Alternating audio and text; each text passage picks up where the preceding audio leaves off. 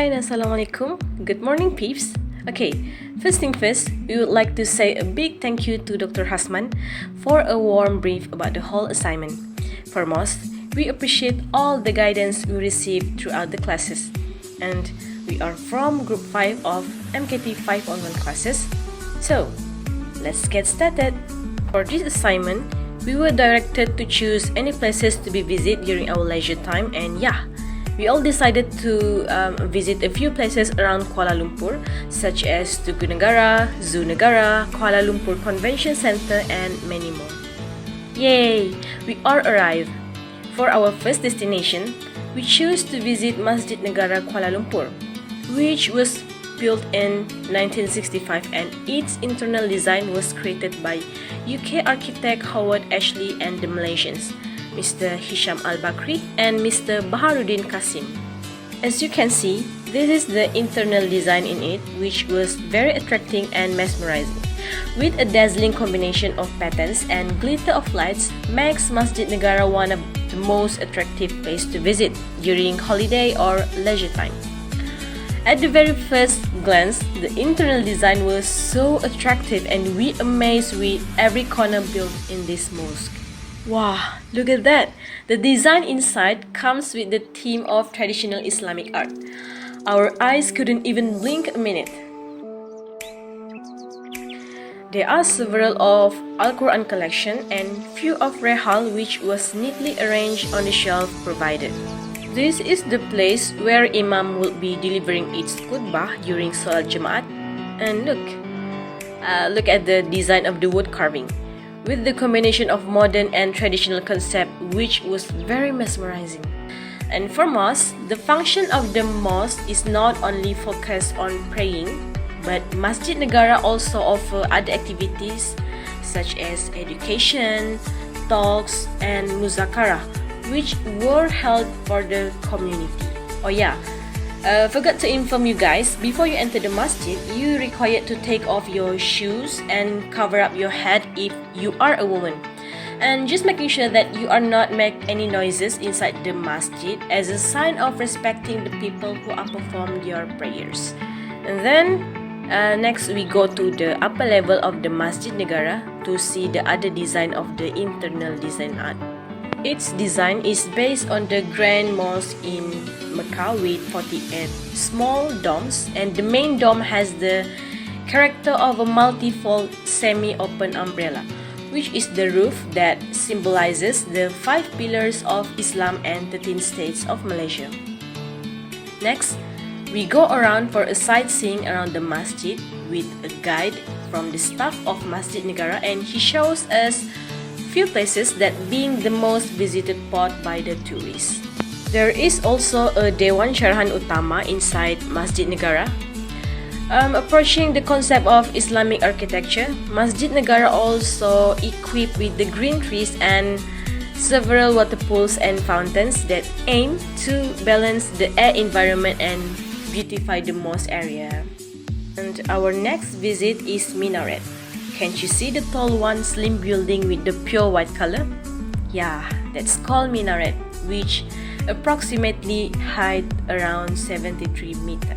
And our last visit is Makam Pahlawan, but unfortunately it was closed for a while, and yeah, before going back, we decided to walk around the masjid and looking around the uniqueness structure part of the masjid.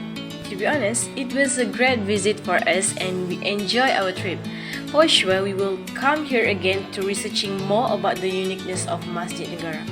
Even it was a short visit, but we do appreciate the good service from the staff of Masjid Negara, and yeah, that's all for today. Thank you and see you again. The second place that is interesting in Kuala Lumpur is Merchants Lane Cafe. Merchants Lane Cafe is a hidden cafe that is located at Petaling Street, Kuala Lumpur. During this endemic, Merchants Lane is open every day but Wednesday from 10:30 a.m. to 7 p.m. As all the stores in Malaysia, the customers are also required to scan My Sejahtera and check body temperature before getting their seats. After getting the seats, the waiters will attend the customers by giving them the menu and order the food by the counter. This cafe served Western cooking with local twist infusion such as nasi lemak pancake, onion popiah, and chicken cheesy tortilla.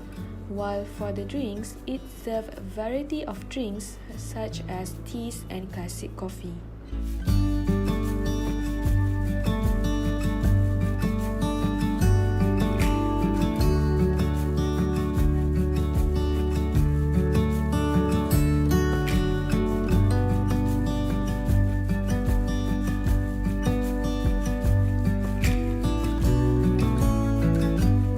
This cafe is also convenient for the customers because it provides restrooms, so the customers do not have to worry to find public restroom around the area. One thing that the potential customers need to know is their parking space is limited. It is advisable for the customers to park at Central Market because it is only 7 minutes walking distance from it. This cafe is also full house on the weekends. Thus, the customers need to queue before getting the seats.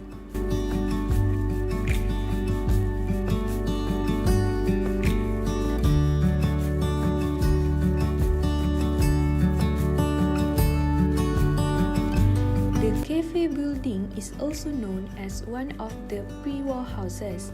Its design is a modern take on the heritage that sees the traversing of the local hearts. With its hollow rat staircase, it surely has become one of the Instagrammable places for the youth.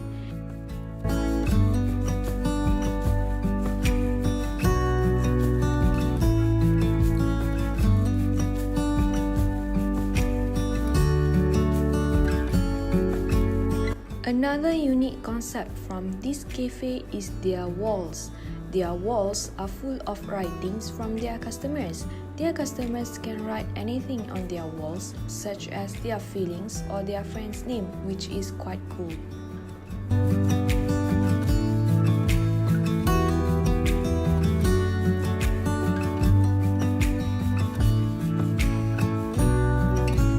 Overall, the food that we ordered, which are chicken cheesy tortilla, butter chicken pasta, ice caramel latte, and ice mocha are quite good.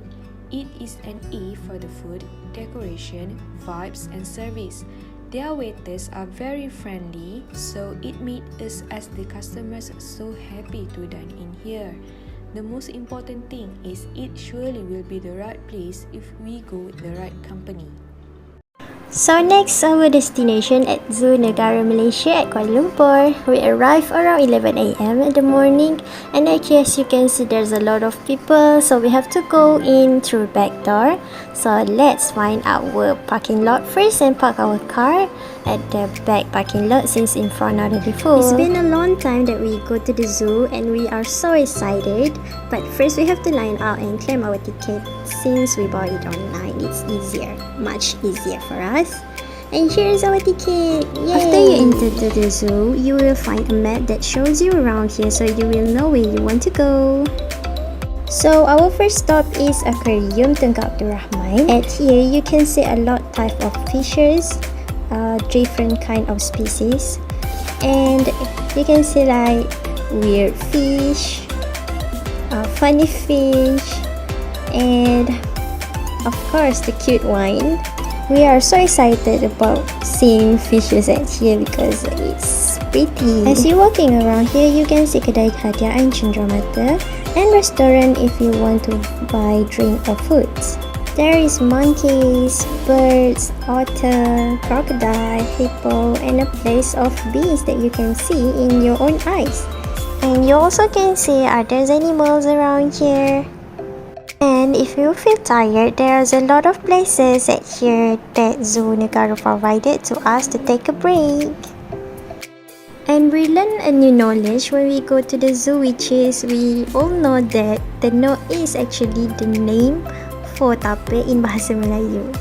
We found that going to the zoo is very fun. It is very leisure to us because we got to see a lot of animals, a lot of new things, I mean like our childhood things at here, so we are so excited. See, there is a Harimau Kumbang or Black Panther here. So our next stop is Rainbow Reptilia. As you can see, there's a big turtles around here, and there's a lot of species of snake in here, iguanas, and this cute crocodile, which is I love it so much because it looks so cute.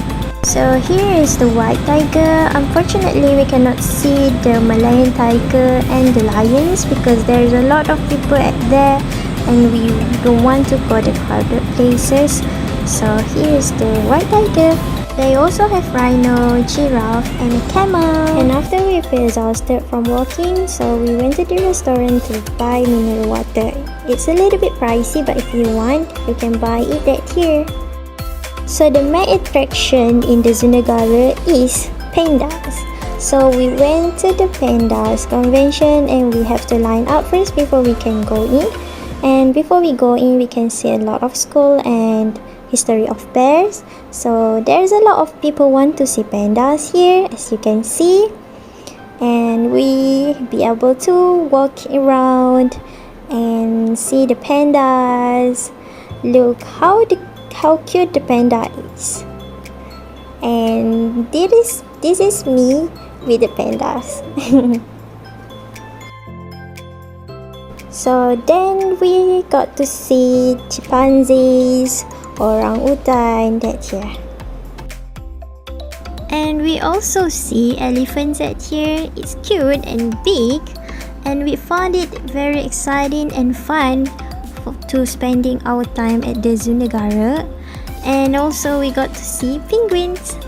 And Zoo Negara is one of the places that you can go once in a while to fill up your leisure time. It's fine. The next place is one of a famous place or landmark in Kuala Lumpur, which is Merdeka Square, or also known as Dataran Merdeka. Merdeka Square seems to be nothing more than a giant field with perfectly manicured green lawns and a centerpiece of the tallest flagpole in the world, which is 95 meter, proudly displaying the Jalur Gemilang, or also known as Malaysian flag. At the corner of Jalan Tunku Abdul Rahman and Jalan Raja Laut, Merdeka Square is made up of a padang or field that was once the Selangor Club cricket pitch. The Merdeka Square is located exactly opposite the Sultan Abdul Samad building and right beside the Royal Selangor Club. This is the historical place where the Union flag was lowered and the Malayan flag was raised for the very first time at the stroke of midnight of 31st August 1957. Beside the lofty flagpole is a giant TV screen with a mix of flashing advertisements and religious message. But at this time, the giant TV was only shown our country's flag, which is Jalur Gemilang. And here at the square, there's a big field, traditionally a cricket pitch, and around the square, it's full of colonial buildings. Everything so beautiful and so well preserved. When we arrive at Dataran Merdeka, there are some group of people walking around the Sultan Abdul Samad building and taking pictures for memories. It was such a nostalgic building. Sultan Abdul Samad building is a homage to an important ruler in Malaysia when the building was being built in the end of 19th century. It was the former administration building where the British governed Malaysia at the time. And to get a better picture, you guys should come here in the morning. It is such a beautiful building, and it is most beautiful in the morning before 11 AM, before it's too hot, and at after dark when the building lights up. The road at Dataran Merdeka now are closed so that there are no buses, cars or motors can enter the Dataran Merdeka. And we have to walk around the Dataran Merdeka and enjoy the beautiful sceneries here. It's quite fun when there are no buses, cars, so there's no traffic jam and we can walk peacefully. And behind the Sultan Abdul Samad's building, there are river flows of Klang River and Gombak River, confluence, and in the middle of where the two rivers meet and where Kuala Lumpur got its name. Beside the Sultan Abdul Samad's building, there is a bridge that connected to Masjid Jami' or Jami' Mosque. Jami' Mosque is officially Sultan Abdul Samad Jami' Mosque, or in Malay it called Masjid Jami' Sultan Abdul Samad. It is one of the oldest mosques in Kuala Lumpur. It is located at the confluence of the Klang and Gombak River and may be accessed via Jalan Tun Perak. From the bridge, we can see the beautiful and high PNB building that are still under the construction. It is such a beautiful scenery in Kuala Lumpur, and this is truly a great place for Malaysians and tourists alike to visit. There were not so many people here since it was about 12 p.m. and the weather was quite hot, so it was not so good walking under the sun. But it was a memorable day being here, enjoying the beautiful view of the nostalgic building and also the buildings around Dataran Merdeka. And being here was also quite remembering to our history of our country's Independence Day.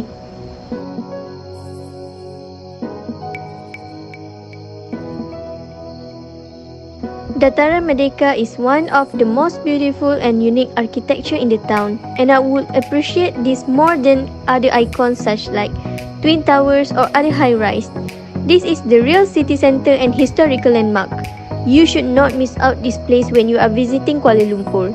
You cannot go inside the building, but you can take a walk around it to see the exterior design. There are many other beautiful buildings around it that you can visit too. However, it is pretty hot here. Remember to bring some drink or an umbrella or hat with you. So, next we go to the Central Market. Central Market was originally a wet market which was built in 1888. Currently, Central Market has been classified as a heritage site by the Malaysian Heritage Society, and it is now a landmark for Malaysian culture. In Central Market, it's famous with the traditional streets such as Malay Street, Little India and Street Chinese. After we enter the entrance, we will see the Little India Street in our left. It sells service which is making a henna drawing. So people who like to have henna, they can come to the Little India Street.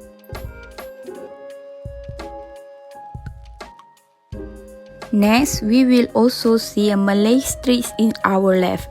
It sells many traditional things and antiques such as a bag, hat to go to the beach, and some other traditional masks that people ancient times wear to play the wayang kulit or some other performance.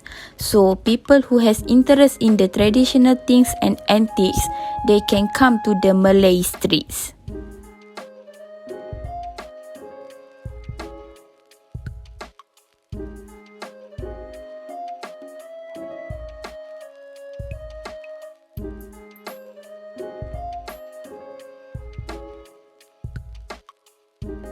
While at Street Chinese, they sell various types of jewelry that made of jade such as a ring, bracelets, necklace and leg chain, because the Chinese believe that since jade objects that lasted so long, they were linked to the immortality.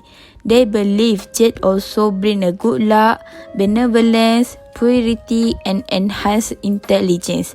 In the West, jade is thought to be a stone that can help the wearer be more relaxed and calm.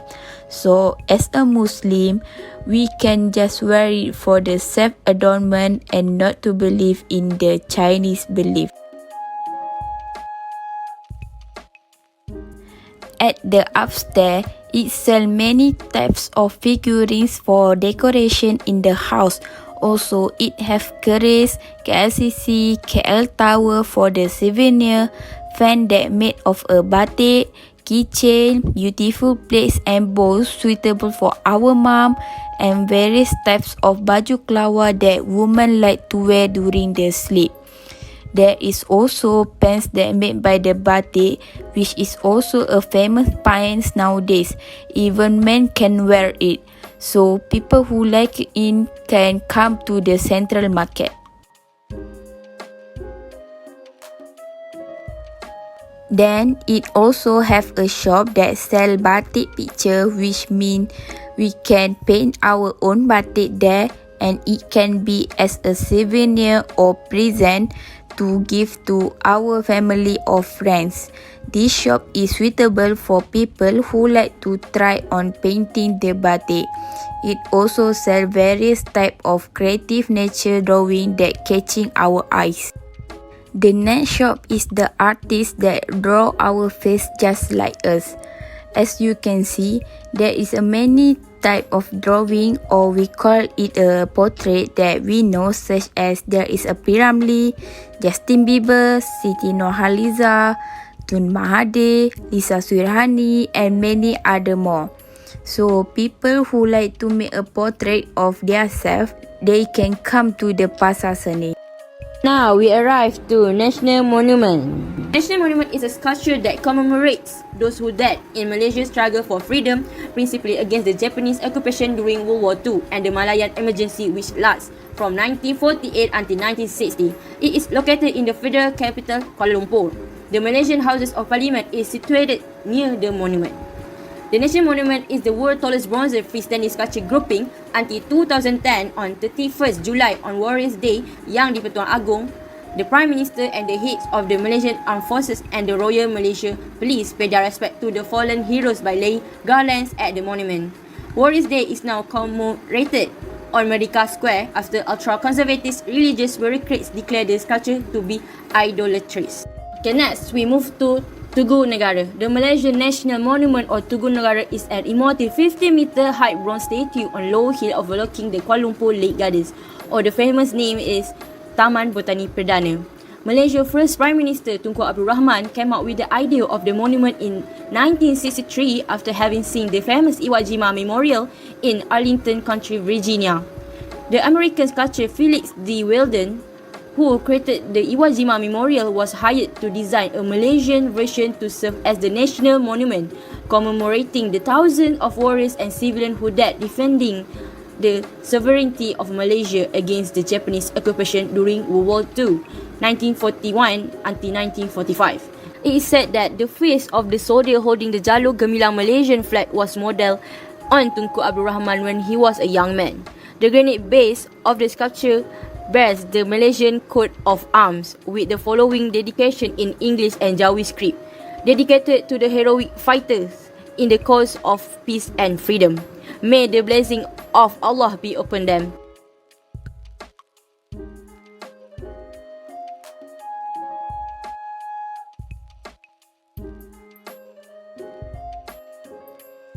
Okay, this is the Cenotaph in Kuala Lumpur, Malaysia. The Cenotaph was created by the British administration of Malaya, now we call as Malaysia, in 1921 to honour the memory of those who died in World War I. Subsequently, the Cenotaph role was expanded to include those who died in World War II and then the Malayan emergency. It is in the Lake Garden part of central Kuala Lumpur near Tugu Negara, which is National Monument. On the monument, it is written in English and Malay, "To our glorious dead." There are 3 plaques with names of the deceased on the side of the cenotaph. Okay, next, Sculpture Garden. The National Monument is surrounded by a moat with fountains and ornamental pewter lilies. Just beside the National Monument sculpture is the Asian Sculpture Garden.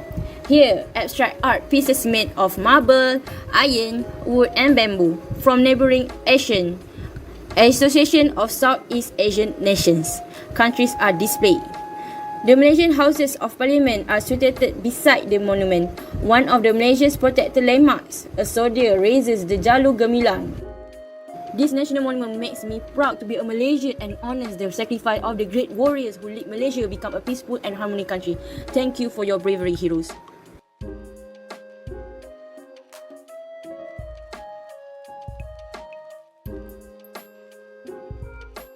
Setiwangsa Lake Garden is a recreational park with a large lake as its main attraction.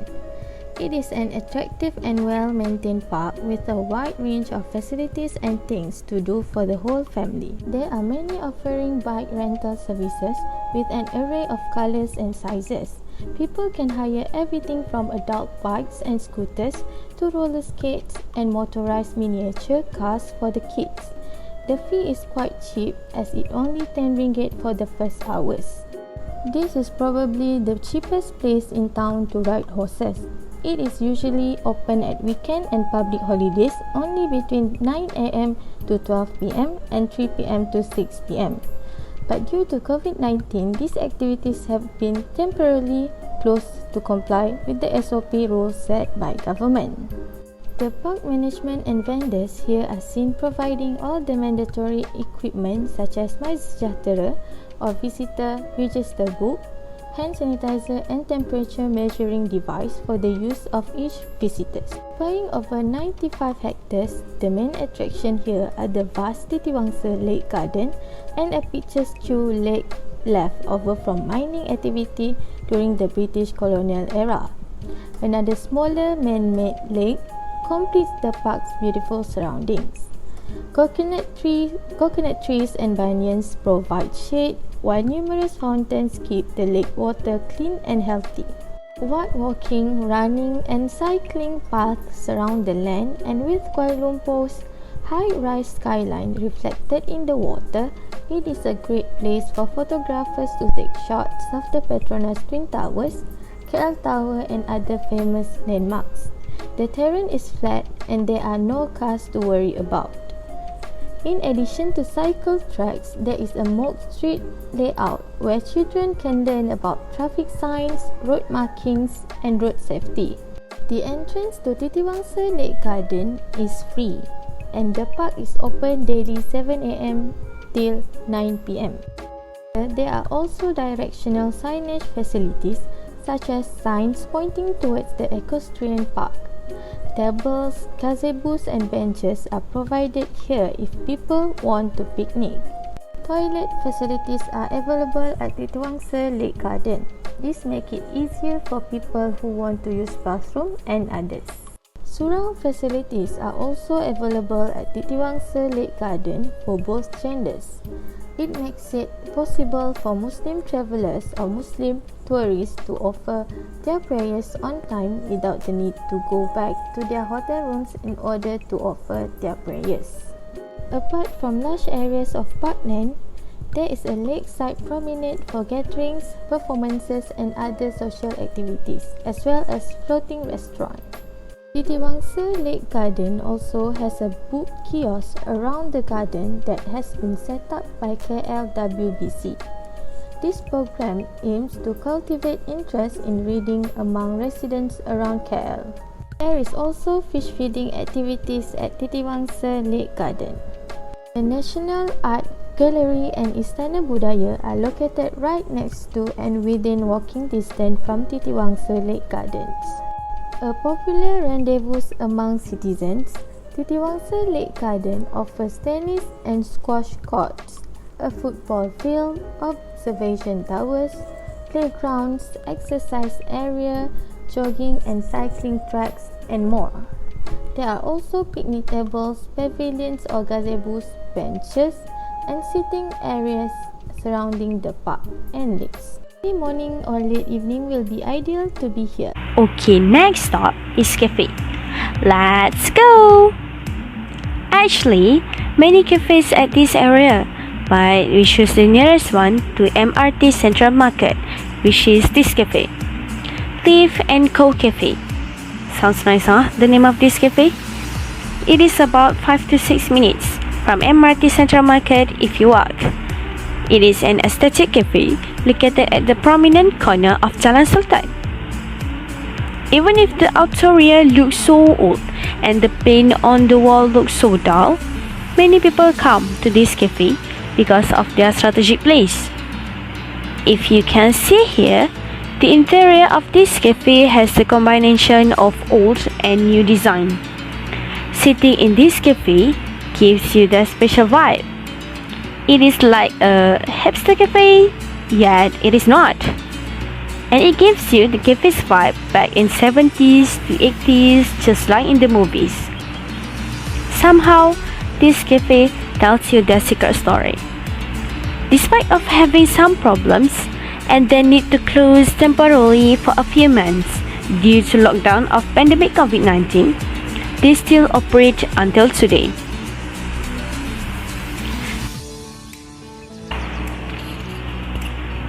This cafe sells various types of foods, beverages, and dessert with affordable price. They have different types of tea flavors, chocolate, lemonade, coffee, and many more. It's so hard to choose the menu because every single food in their menu sounds so delicious.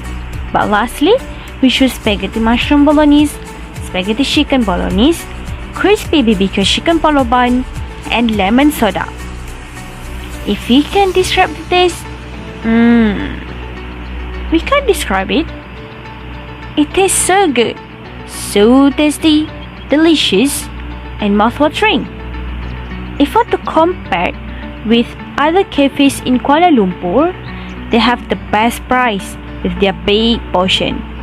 And surely we recommend to other people. If people search their name, Leaf and Co Cafe, in the Google engine, they will find out many positive feedbacks from customers. Even many tourists come to this cafe. Currently, this cafe was rated 4.2 out of 5 stars. Amazing, isn't it? Look at how they decorate the spaghetti with some cheese on it. Looks tempting, isn't it? And can you see how fluffy the chicken bun? Oh ho! It is one of the best bun we have ever tasted in our life. And that's it about this cafe. Come and taste their food, and I'm sure you won't regret it. Our last destination will be KLCC, short for Kuala Lumpur City Centre. What's so special about this place is that it has everything you need. People from all over the world are drawn to its magnificent structure design, along with luxury lifestyle. The Kuala Lumpur City Centre is one of Malaysia's largest and best attractions. You can also find green outdoor hideaways, the world's highest twin skyscrapers, numerous diversified high-end shopping complexes nearby, including Avenue K and Surya KLCC, and other amazing attractions right in the middle of the city. Kuala Lumpur Convention Centre is Malaysia's premier award-winning purpose-built facility. The facility boasts 22,000 square meters of ultra-slim, versatile function space. This means it can accommodate large events as well as several small events at the same time.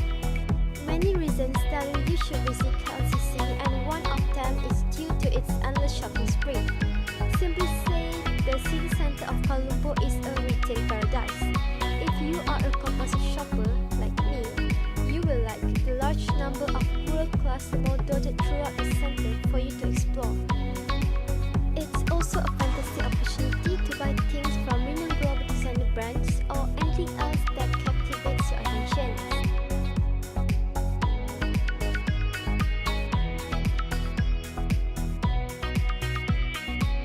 Plus, KLCC have a breathtaking view of an immersing school of sharks. Aquaria KLCC, a fascinating site in the basement of the KL Convention Centre, is a must-see for any enthusiast of sea life. This stunningly built aquarium is the world's largest, featuring over 250 species to uncover. Don't miss the chance to go through Aquaria's 90-meter long tunnel, which is surrounded by beautiful fish and unique sea animals in all directions. It's a completely immersive and unforgettable experience.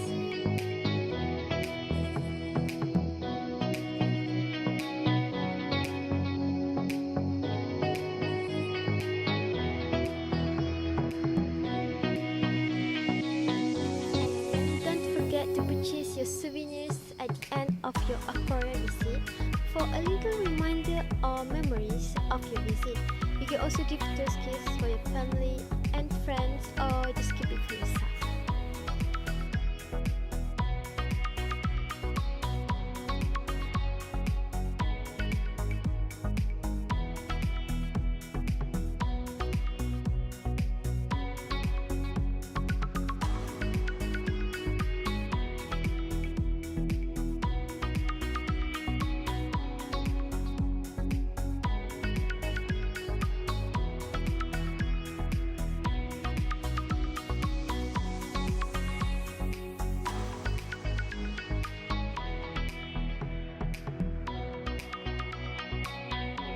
Not only that, KLCC also has an exciting picnic location when you need a getaway from the hustle and bustle of the city. You may come here to enjoy the nature. The center also features a variety of tropical parks and lush green gardens for everyone to enjoy. Nature lovers and city people will both enjoy a stroll or a picnic in one of these beautiful retreats. The city center park is overall, KLCC is an excellent place. Visitors who are fortunate enough to visit can take advantage of a variety of benefits, including recreational retreats, modern amenities, delectable foods and beverages, entertainment.